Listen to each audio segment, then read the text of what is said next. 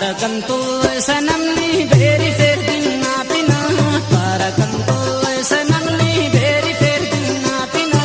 दूतिया ही नाम ते खारो तिक दिनार दिन ना पिना दूतिया ही नाम ते खारो तिक दिनार दिन ना पिना सनम नी है सनम नी पारकंतो सनम नी भेरी फेर दिन ना पिना पारकंतो सनम नी भेरी फेर दिन ना पिना दूतिया ही नाम ते खारो तिक दिनार दिन ना पिना दूतिया ही नाम ते खारो तिक दिनार दिन ना पिना है सनम नी है सनम नी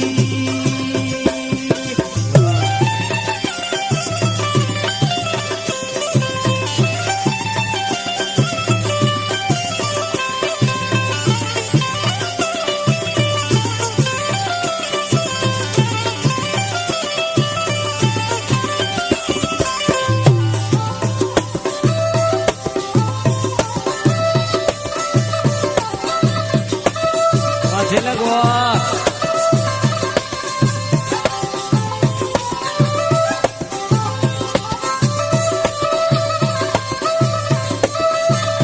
एनएस गुलाम जान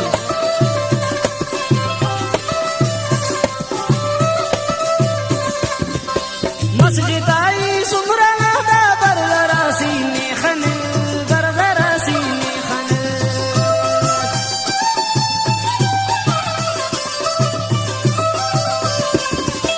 मस्जिद आई सुमरा दा बरदरासी ने खन बरदरासी ने खन खशियत कुलता मखरा कुल चटार दिन ना पिना खशियत कुलता मखरा कुल चटार दिन ना पिना दूतिया ही नाम ते खारो तिक दिनार दिन ना पिना दूतिया ही नाम ते खारो तिक दिनार दिन ना पिना है सनम नी है सनम नी पारकंतो दिल रुबाने भेरी फेर दिन ना पिना पारकंतो है सनम नी भेरी फेर दिन ना पिना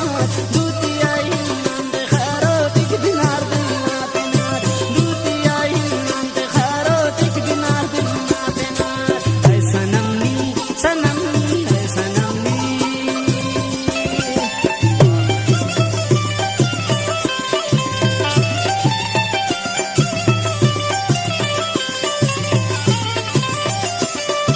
दा शायरी नंतो रोजगार जीदियान अशरफ जाम बोलना है इंशाल्लाह दिनों का दोस्ता पसंद करो।